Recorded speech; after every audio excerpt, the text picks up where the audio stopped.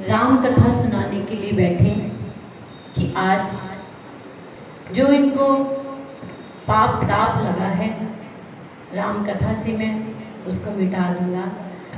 कथा कहते कहते उधर क्या हुआ, एक घटना घटी। माता सती के पिता दक्ष को प्रजापति की उपाधि मिली। फिर उसके बाद उनको प्रजापतियों का नायक बना दिया गया। तो उन्होंने दक्ष प्रजापति ने एक यज्ञ रचा जिसमें सबको निमंत्रण दे दिया, सबको बुला लिया।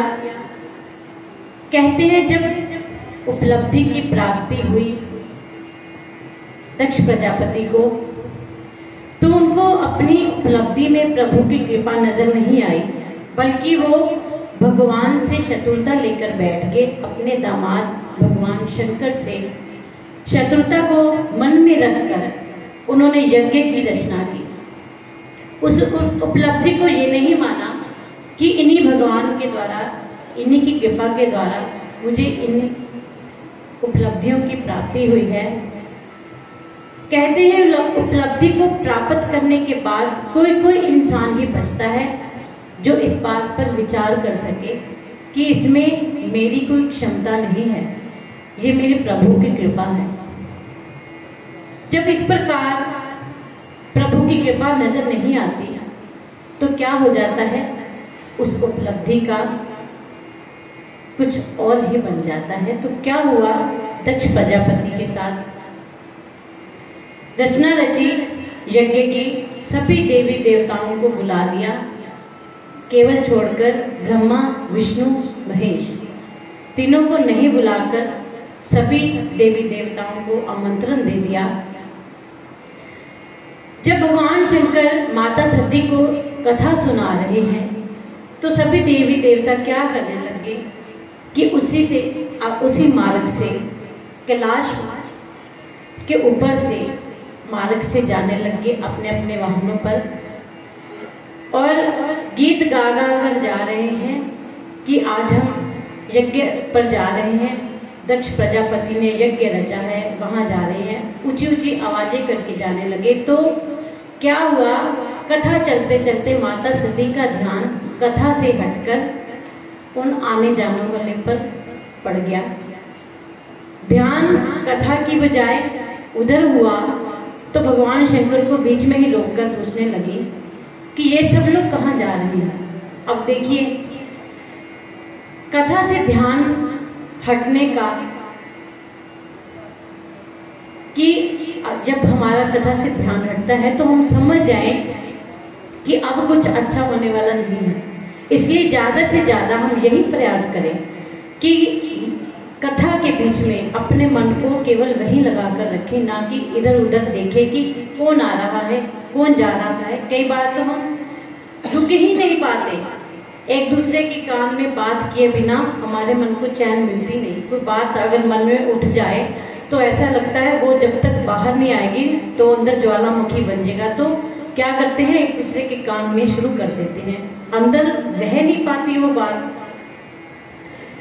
तो इसको हमने संभालना है। इस बात को ये बता रही है, हमें कथा सूत्र बता रही है इस बात का कि कथा को सुनते वक्त, भगवान के वचनों को सुनते वक्त, कीर्तन में बैठते हुए केवल और केवल अपने ध्यान को वही लगाने की कोशिश करें। अगर मन उठता भी है कहीं और बात का, तो उसको थोड़ी देर प्रयास करना चाहिए कि हम उसको वश में रख लें। क्या पता अगर वो मौका संभल जाता तो ऐसा अवसर माता सती के साथ आता ही ना, वो केवल कथा सुनती रहती तो क्या पता वो जो दुर्घटना घटने वाली थी, क्या पता वो टल जाती। भगवान शंकर टालना ही चाह रहे थे, लेकिन माता सती ने प्रश्न कर लिया कथा को रोककर कि ये सब लोग कहाँ जा रहे हैं। भगवान शंकर ने उत्तर दिया कि ये सब लोग दक्ष प्रजापति के यज्ञ पर जा रहे हैं, उन्होंने यज्ञ की रचना की है। तो माता सती कहने लगी कि फिर तो हमें भी जाना चाहिए, पिताजी के घर यज्ञ है। तो भगवान शंकर कहने लगे कि सती, जब तक हमें कोई नहीं बुलाता तो हम उनके घर नहीं जा सकते। माता सती कहने लगी कि पिता के घर जाने में तो कोई आपत्ति नहीं होनी चाहिए, चाहे वो ना भी बुलाएं। तो भगवान शंकर कहने लगे कि बेशक स्वामी के घर, पिता के घर, माता पिता के घर जाने में किसी आज्ञा की आवश्यकता नहीं पड़ती, लेकिन अगर उनके मन में हमारा अपमान करने का विचार है तो हमें उनके पास नहीं जाना चाहिए, इससे हमारा अच्छा नहीं होगा। तो इसमें हमें यही लाभ है कि हम वहां पर नहीं जाएं। लेकिन माता सती नहीं मानी। बार बार कहने पर, जब कोई इतनी बार समझाने पर भी ना समझे तो कथा कहती है कि उसको उसकी बात पे तक छोड़ देना चाहिए। ज्यादा विचार, ज्यादा तर्क वितर्क पर नहीं रहना चाहिए, तब उसको भगवान की माया पर छोड़ देना चाहिए कि अब क्या होने वाला है वो खुद देखते हैं।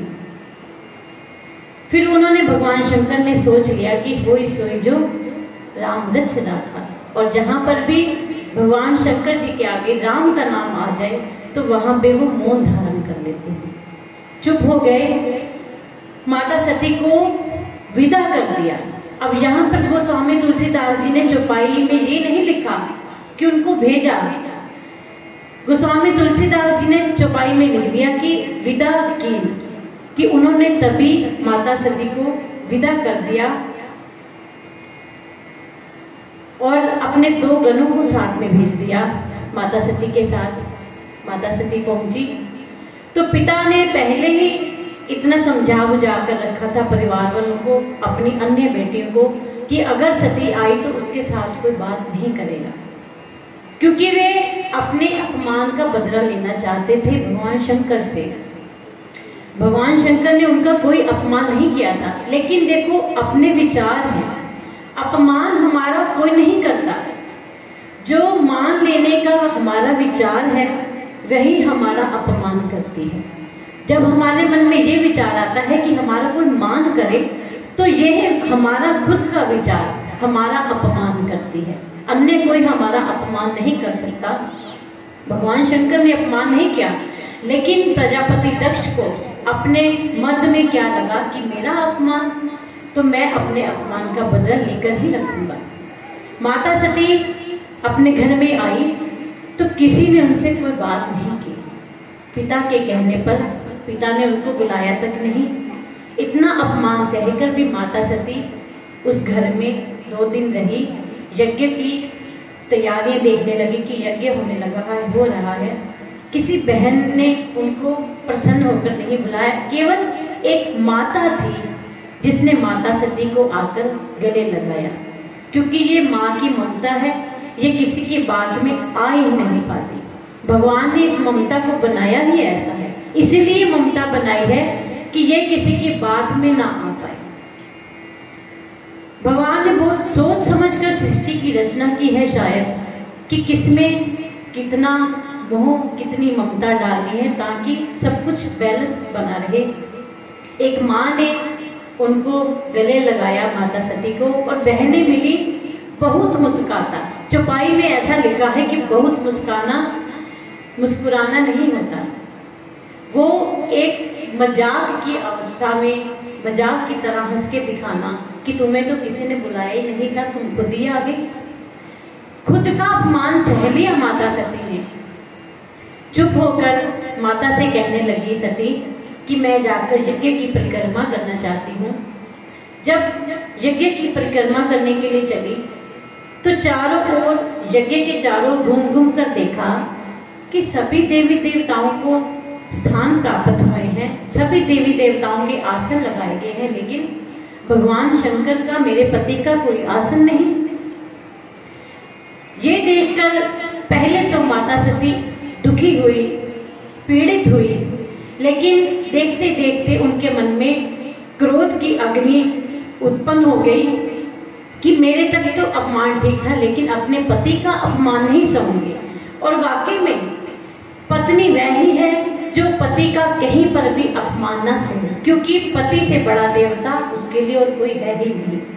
जब माता सती ने देखा कि उसके पति को कोई स्थान नहीं दिया गया तो क्रोध में आकर तेज ऊंची आवाज में सबको सुनाने के लिए कहने लगी कि यहाँ पर जितने भी देवी देवता, ऋषिगण, मुनिगण यहाँ पर बैठे हुए हैं, जिन जिन ने मेरे पति का अपमान किया है उन सबको दंड भुगतना पड़ेगा, उन सबको त्रास भुगतना पड़ेगा, उनको भगवान शंकर की अग्नि का तेज सहना पड़ेगा।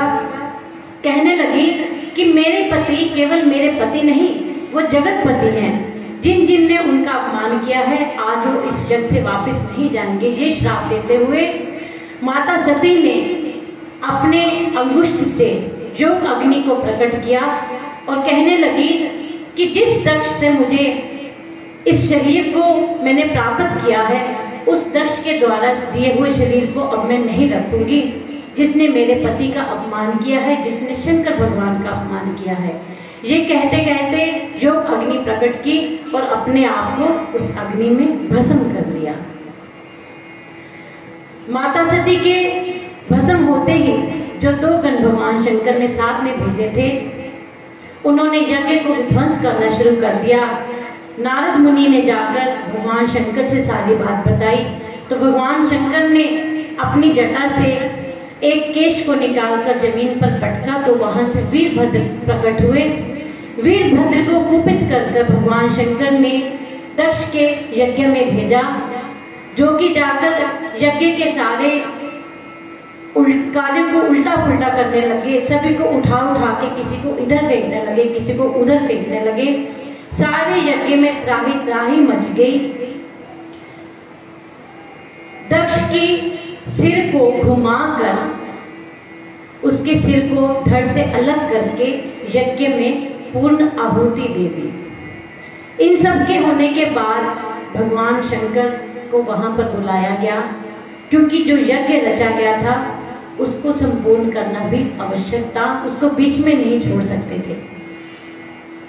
जब भगवान शंकर ने आकर देखा माता सती को इस प्रकार भस्म हुए तो उसमें माता सती के दुख में विलाप करने लगे और जो विलाप की गर्जना थी उसने कई ब्रह्मांडों में जाकर अग्नि को जला दिया। भगवान शंकर को शांत किया आकर देवी देवताओं ने, क्योंकि जगत की व्यवस्था को बनाए रखने के लिए शांत किया। तो सभी देवी देवता वर मांगने लगे भगवान शंकर से कि आप इस अब यज्ञ को संपूर्ण करवाइए। कहा जाता है कि यदि हम कोई कार्य करते हैं किसी का अमंगल करने के लिए तो वह पूर्ण नहीं होता। बेशक हम सोच लें कि हमने इस कार्य को कर लिया है, पर उसमें किसी का अगर अमंगल है तो वह कभी भी कार्य सिद्ध नहीं होगा। भगवान शंकर ने आकर उस कार्य को किसी भी प्रकार पूर्ण करवाया। माता सती ने दहन के समय क्या पुकार की भगवान राम से अपने शरीर को खत्म करते करते क्या कहा, सती मरत हरि सन पर मांगा, जन्म जन्म शिव पद अनुरागा। सती मरन हरि सन पर मांगा, जन्म जन्म शिव पद अनुरागा। तेहि कारण हिम वेद गह जाए, जननी पार्वती तन पाए। तेहि कारण हिम वेद गह जाए, जननी पार्वती तन पाए।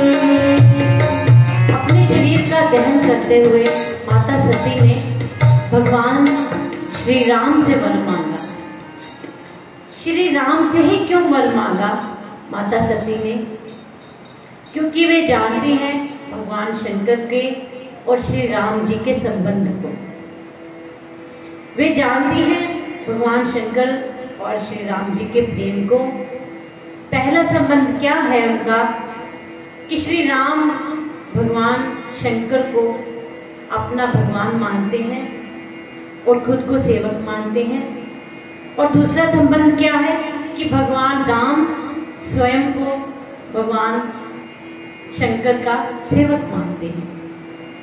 ये दो संबंध कि दोनों एक दूसरे को अपना सेवक मानते हैं, अपना प्रभु मानते हैं और खुद को सेवक मानते हैं। और एक तीसरा संबंध क्या है भगवान शंकर का और भगवान राम का? सखावत संबंध। किसी भी परिस्थिति में दोनों को जब आवश्यकता पड़ती है जाने की, तो भगवान राम और भगवान शंकर सखावत संबंध का निर्वाह करते हैं। इन्हीं संबंधों को जानते हुए माता सती ने तब अपने शरीर को खत्म करते करते श्री राम जी से इस वर को मांगा था। और दूसरा कारण क्या था कि माता सती जानती थी कि ये सब किस कारण से हुआ, जिस कारण से भगवान शंकर ने उनका त्याग कर दिया था। वे जानती थी कि जब तक वे श्री राम से क्षमा नहीं मांगेगी तब तक भगवान शंकर उनको माफ नहीं करेंगे। और ये भी जानती थी कि जब तक श्री राम भगवान जी से शंकर जी से कुछ नहीं कहेंगे तब तक भगवान शंकर कुछ नहीं मानने वाले। इन सब बातों को जानते हुए माता सती ने श्री राम जी को बीच में ले लिया। जब हमें लगता है कि हमारा कार्य कोई होने वाला नहीं है तो हम उसी को ढूंढते हैं कि हमें पता है ये हमारा कार्य करवा देगा। और क्या मांगा? भगवान राम से वरदान मांगा कि जन्म जन्म शिव पद अनुरागा।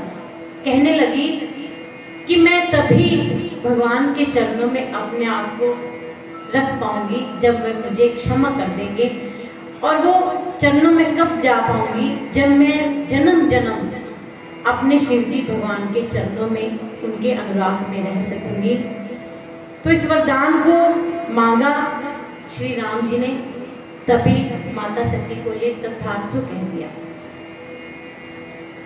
जब माता सती ने ये वरदान मांगा था तो भगवान राम कहने लगे उनसे कि दक्ष प्रजापति को भगवान शंकर ने क्षमा करके उनका जो सिर धड़ से अलग किया था, क्षमा करने के बाद उसको वापस सिर लगा दिया है दक्ष प्रजापति को, तो क्या आपको उन्हीं की पुत्री बना दिया जाए? तो माता सती कहने लगी थी कि नहीं भगवान, कि इसी दक्ष की वजह से मैंने इस शरीर को इसका दहन किया है। अब मैं इस दक्ष की पुत्री बनकर नहीं रहूंगी। बेशक आप मुझे पत्थर की बेटी बना देना, लेकिन मुझे इस दक्ष की पुत्री कभी मत बनाना है। तो वही संकल्प जो माता सती के मन में था कि बेशक आप मुझे पत्थर की पुत्री बना देना। तो भगवान शंकर ने, भगवान राम ने क्या वरदान दिया? माता सती ने, माता सती का दहन शरीर करने के बाद हिमालय के घर में पार्वती के रूप में जन्म लिया। बोलो पार्वती मैया की जय। तो देखिए ये स्वयं का संकल्प है। माता सती अगर ना कहती कि पत्थर के घर जन्म ले देना, तो क्या पता किसी और के घर जन्म हो गया, लेकिन हिमालय के घर ही जन्म हो गया। जन्म होते ही नारद मुनि जी अपने स्वभाववश जहां भी कोई घटना घटती है सबसे पहले पहुंच जाते हैं। तो नारद जी पहुंच गए वहां पर माता पार्वती के जन्म पर। हिमालय कहने लगे नारद जी से कि आप मेरी पुत्री के हाथ की रेखाओं को देखकर इनके दोष और गुण को बताइए। नारद जी ने रेखाओं को पढ़ा तो कहने लगे कि आपकी बेटी तो उमा अंबिका भवानी है, इनके नाम के कारण ही आपको यश प्राप्त होगा। आपकी बेटी का सौभाग्य हमेशा अखंड बना रहेगा और आपकी बेटी से ही सभी स्त्रियां अपने सौभाग्य को अखंड करने का वरदान प्राप्त करेंगी। ये सब बातें नारद जी बताने लगे हिमालय से। हिमालय कहने लगे नारद जी से कि मैंने आपसे इनके पहले दोष पूछे हैं, गुण नहीं पूछे। नारद जी कहने लगे कि इनमें दोष है ही नहीं, मैं बताऊं कहां से। तो नारद जी कहने लगे कि दोष इनमें तो नहीं है, लेकिन इनके होने वाले पति में है। इनके होने वाले पति क्या होंगे? अगुण होंगे, अमान होंगे और मातु पितु के हीन होंगे। जब हिमालय ने सुना कि अमान होंगे तो वे समझ गए कि अमान जिसका कोई मान नहीं, जो सत रज तम से हटा हुआ है, वह ही अमान है। और जो अगुण है, जिसमें कुछ गुण नहीं कहते, जिसके माता पिता नहीं है, तो भगवान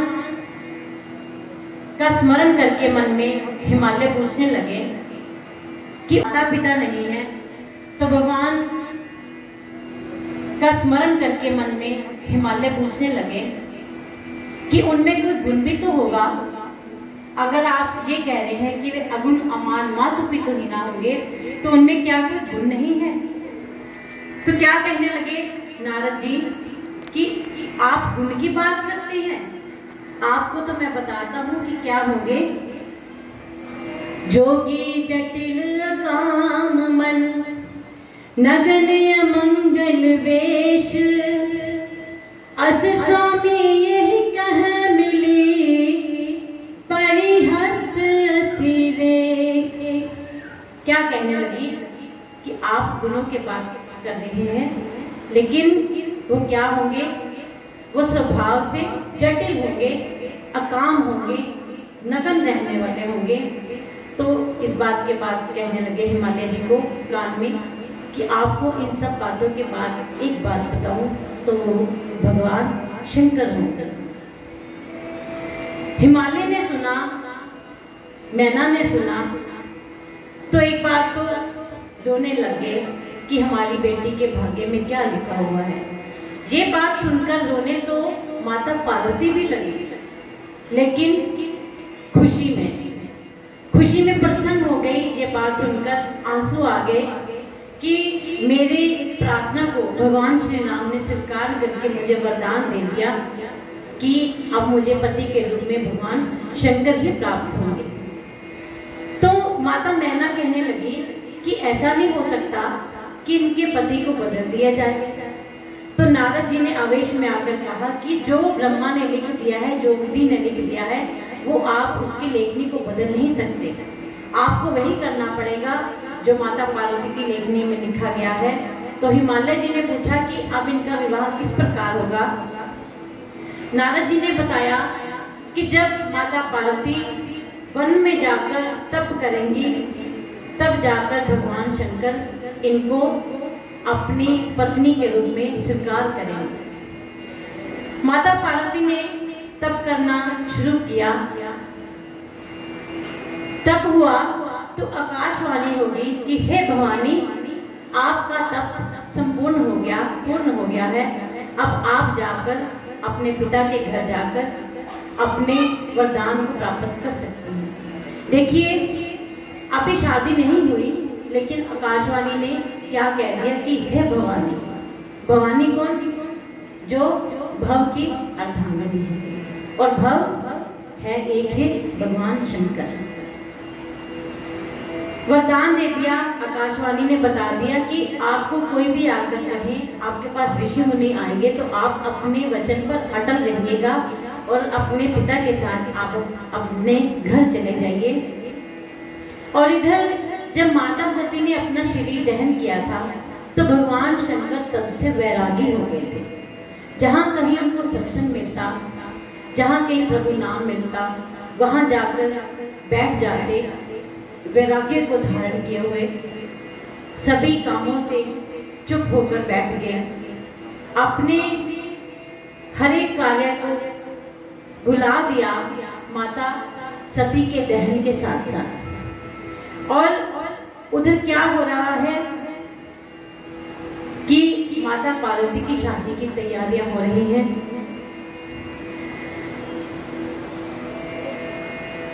और इधर बैरागी, उधर माता की शादी की तैयारी, और तीसरी तरफ क्या हो रहा है कि तारकासुर ने जन्म ले लिया। तारकासुर ने जन्म लिया। तारकासुर भगवान ब्रह्मा जी से वरदान लेने के लिए चला गया तप करने के बाद। ये तीनों घटनाएं एक साथ हो रही हैं और भगवान राम जानते हैं कि अब भगवान शंकर को इस वैराग्य से बाहर निकालना है। तो भगवान राम शंकर जी के पास जाते हैं कि आप अब इस वैराग्य को त्याग दीजिए, अब आप मेरी आज्ञा में आकर अपने विवाह को संपन्न करवाइए। भगवान शंकर कहने लगे कि मैं अब वैरागी हो चुका हूँ और आप मुझे गृहस्थी बनाना चाहते हैं।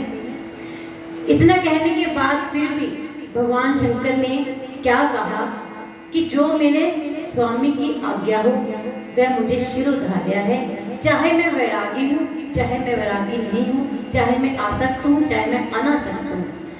गोस्वामी जी ने यहाँ पर हमें सूत्र दिया है कि गुरु की, माता की, पिता की, स्वामी की आज्ञा का उल्लंघन ना करके उसी में अपना भला जानकर उसको स्वीकार कर लेना चाहिए।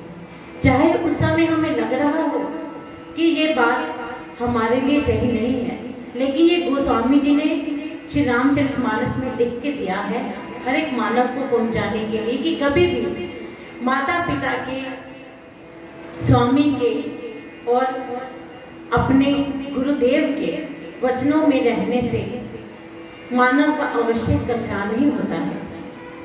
तो इसी बात को समझते हुए भगवान शंकर ने कहा कि मैं आपकी आगे को शिरोधारण करूंगा, सिर पर धारण करूंगा।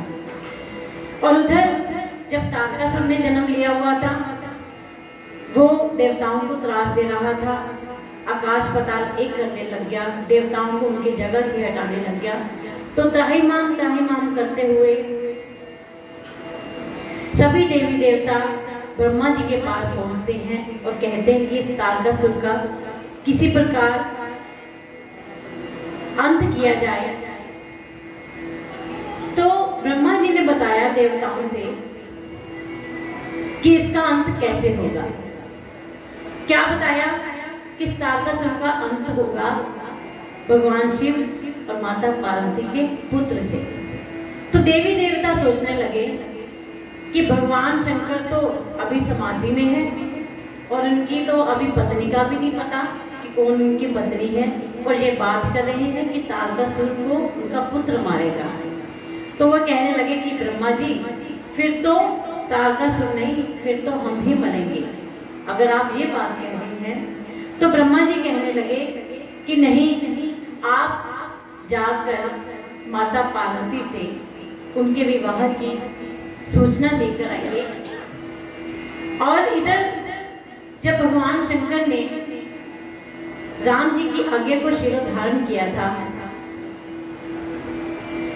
तो क्या सोचने लगे थे कि आज्ञा तो मैंने मान ली, लेकिन जिन भगवान को माता सती ने जिन भगवान की परीक्षा ली थी तो मैं उसको बिना परीक्षा के नहीं स्वीकार करूंगा।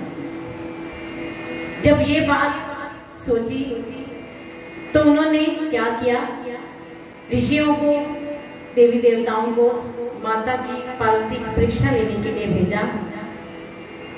वे जाकर कहने लगे माता पार्वती से कि आप किसके लिए तपस्या कर रहे हैं, जो कि खुद भीख मांग कर खाते हैं। जो खुद भीख मांग कर खाते हैं वो तुम्हें क्या खिलाएंगे। ये परीक्षा लेने गए हैं जो कि भगवान शंकर ने भेजा है कि पहले मैं इनकी परीक्षा लूंगा कि अब ये इस लायक है या नहीं।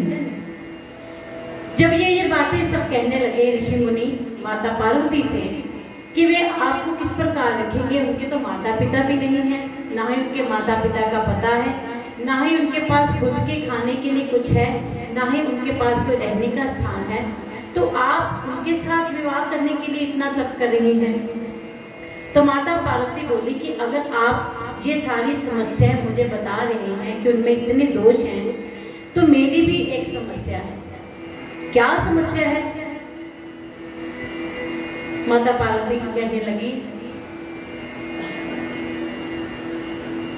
कि मेरी एक समस्या को सुलझा सकते हो। क्या समस्या है? लगन इनसे लगा बैठे, जो होगा देखा जाएगा।